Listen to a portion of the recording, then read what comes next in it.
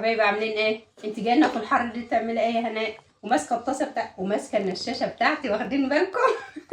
الجو حر نار، كل اللي واقفه في المطبخ تجيب لها حاجه زي كده وتقعد تنش بيه، لان احنا هنسيح الصراحه يا جماعه. ربنا يعديها علينا وعلى الامه المسلمه بخير يا رب.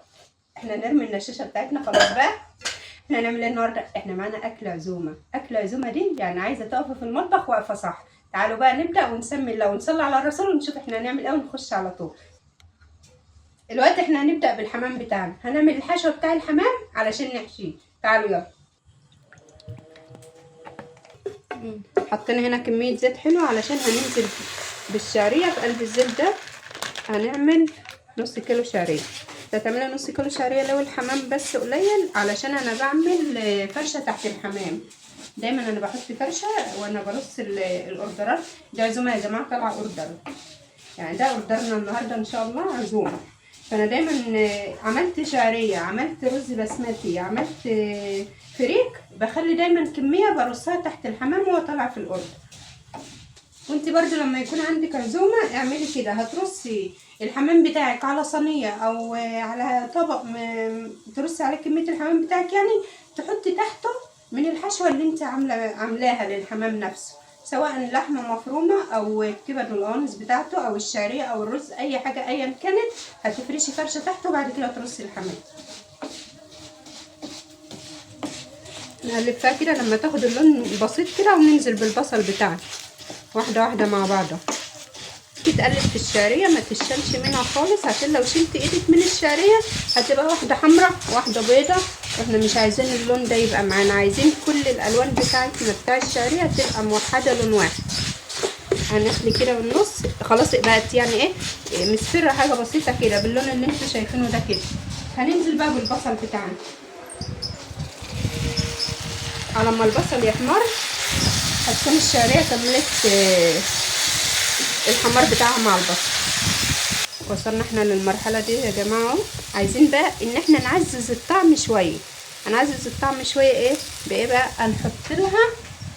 هنحط للخلطه بتاعتنا دي معلقه زبده. موجوده عندك حطي، مش موجوده عندك استكفي بالزيت بس انا بحب يعني ايه ادي تكات كده للشغل بتاعي عشان يطلع كويس. ولو عندك معلقه سمنه بلدي برده هتحطيها بنفس النظام، بس لو حطيتي زبده ما تحطهاش في الزيت من الاول علشان ما تتحرقش معاكي، لان الزبده بتتحرق بسرعه. كده وصلنا للون اهو. تعالوا ننزل اوريكم اللون. ده اللون بتاعنا اللي احنا عاوزينه اللي هنحشي بالحمام. هننزل بقى دلوقتي دي ربع كيلو لحمه مفرومه والكبد والقوانص بتاع الحمام، هننزل بيهم على الخليط بتاعنا العسل القمر ده. نقلبها شويه على ما تاخد الصدمه بتاعتها وننزل باللي وراها على طول. وصلنا للمرحله دي هننزل بالفلفل بتاعنا الالوان. ده لون احمر يا جماعه، بس هو فيه اخضر بس مش باين قوي يعني. خليكم انتم لو عندكم الوان انزلوا بالالوان كلها، ما تخلوش ولا لون الا لما تنزلوا بيه. وده حبايتين طماطم انا بشرها، طماطم مبشوره مش مضروبه في الخلاط، مبشوره عشان تديكي نتيجه كويسه مع حشوه الحمام. يا الواناتك يا هنا يا الوانات. شفتوا يا جماعه؟ شفتوا الالوان دي بقى؟ لو في اخضر كمان واللون الاحمر، الفلفل الاحمر عامل اللون ده مع الطماطم.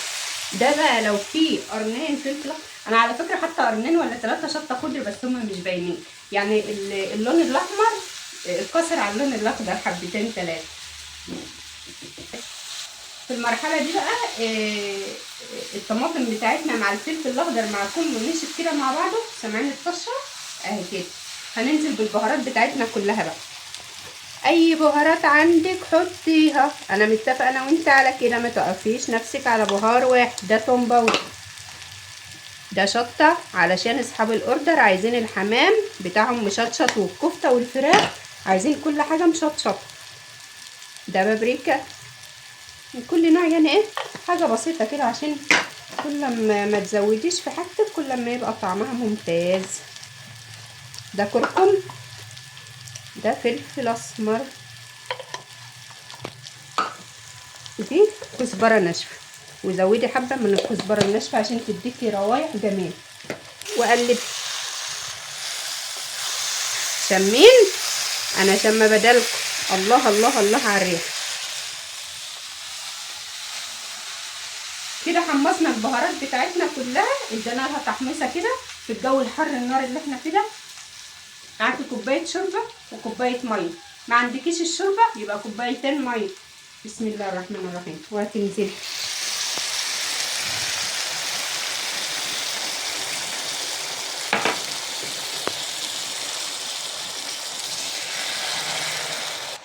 وبما اننا حاطين ملح في الشوربه بتاعتنا فانتحذري الحته دي وكوني حريصه جدا، يعني ما تحطيش ملح مع الملح اللي في الشوربه بتاعتك تخلي الاكله بتاعتك حادقه. انا عارفه ان كلكم شطار وبتعرفوا تعملوا كل حاجه، بس ما دي ملحوظه مني لكم يا جماعه.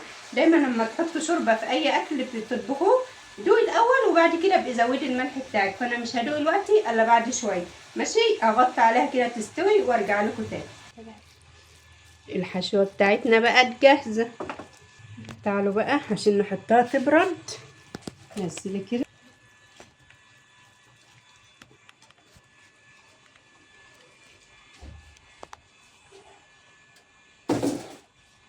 سيبي الحشوه تبرد بقى وهنحط الميه بتاع الحمام عشان نخلص الحشو حمام ننزله على طول في الشوربه بتاعته عشان يستوي. تعالي هنجيب الحله بتاعتنا، دايما تبقى حله الحمام بتاعتك واسعه، ما تقوليش هم شويه صغيرين والحله دي كبيره، لا دي مش كبيره. حله الحمام دايما تبقى واسعه علشان الحمام بتاعك ياخد ويدي مع بعض كده وما يتفجرش في قلب الميه. هنحط في الميه دي، هنحط بما ان احنا حاطين هنا كل حاجه، بس هنحط برده في ميه الحمام شويه فلفل اسمر وبصل.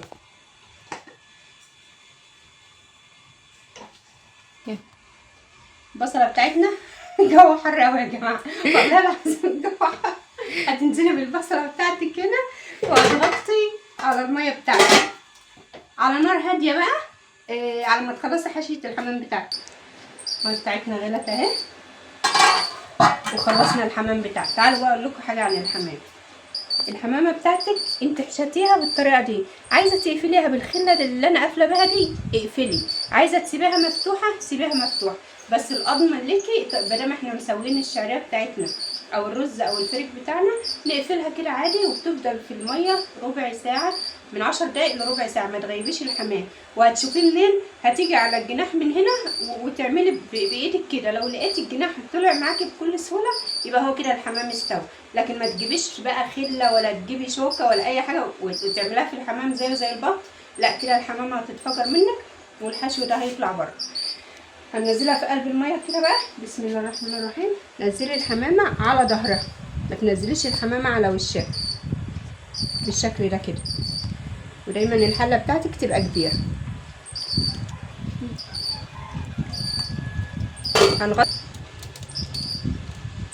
هنغطي بقى ونسيبها تستوي على نار هاديه، يعني متخليش النار عاليه عليه، ولما يغلي تهوي الحله كده. الحمام بتاعك اول ما الميه تغلي وتقلب هتهوي الحله كده. ليه؟ عشان الحمامه بتاعتك ما تتفجرش.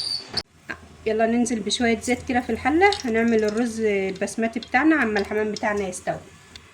وقطعه زبده،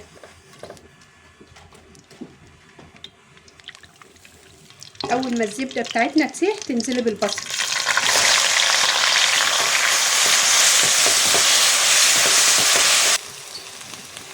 وصلنا المرحله دي من البصل هننزل بطماطم مبشوره. الطماطم بتاعتنا نشفت اهي، هننزل بقرن الفلفل بتاعنا. هننزل بالتوابل بتاعتنا بقى بعد المرحله دي ما كل حاجه نشفت عشان ندي التوابل بتاعتنا تحميص. دي بهارات كبسه، ده كركم، كزبره ناشفه، فلفل اسمر، ونستكفي عشان انا عندي الشوربه بتاعتي برضو فيها بهارات. ورقتين لورا زي كده الشوربه بتاعتي. كل كوبايه رز بسمتي كوبايتين شوربه. مش هحط ملح يا جماعه علشان انا الشوربه بتاعتي كانت فيها ملح، لو انت ما عندكيش الشوربه فيها ملح حطي ملحك، هتحطي نص معلقه او معلقه شاي. الميه بتاعتنا غلت، هننزل بقى بالرز ده نص كيلو رز. هنغطي عليه بقى ونسيبه يتشرب براحته.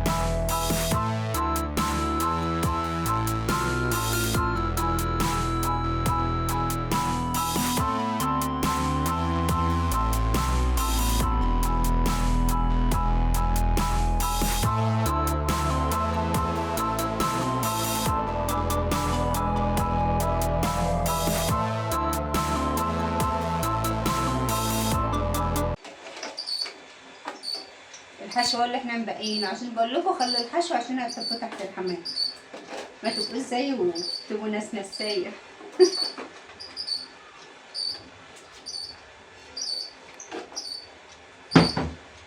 انزل عليه كده.